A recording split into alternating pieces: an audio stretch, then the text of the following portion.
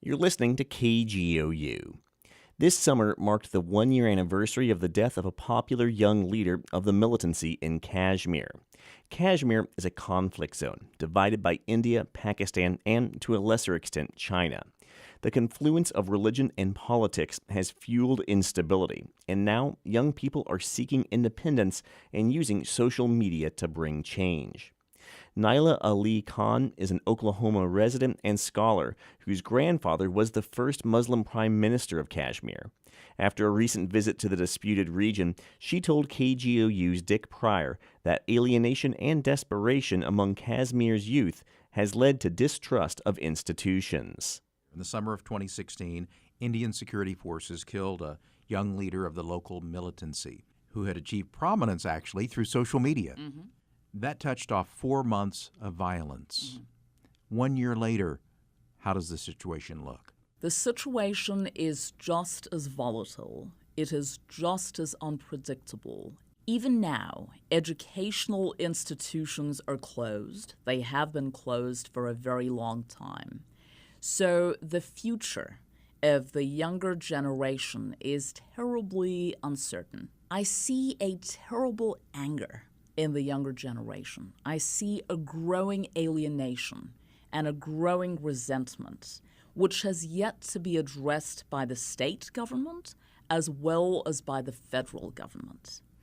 Instead of alienating young people and marginalizing them even more, I think it is important to take cognizance of their aspirations, to take cognizance of the voice of millennials, of the younger generation, to incorporate them into the mainstream, and to make them feel like political stakeholders so that they know that their voice counts.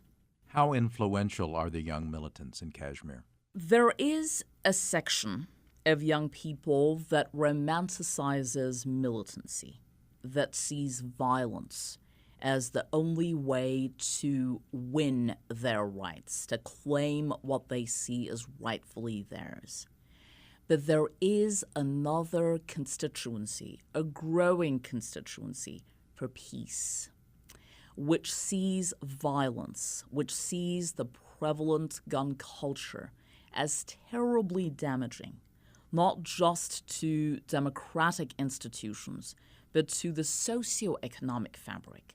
So that growing constituency for peace must be encouraged by the federal Indian government, by the state government, as well as by the international community. We have already lost one generation in Kashmir. I do not want Kashmir to lose one more generation.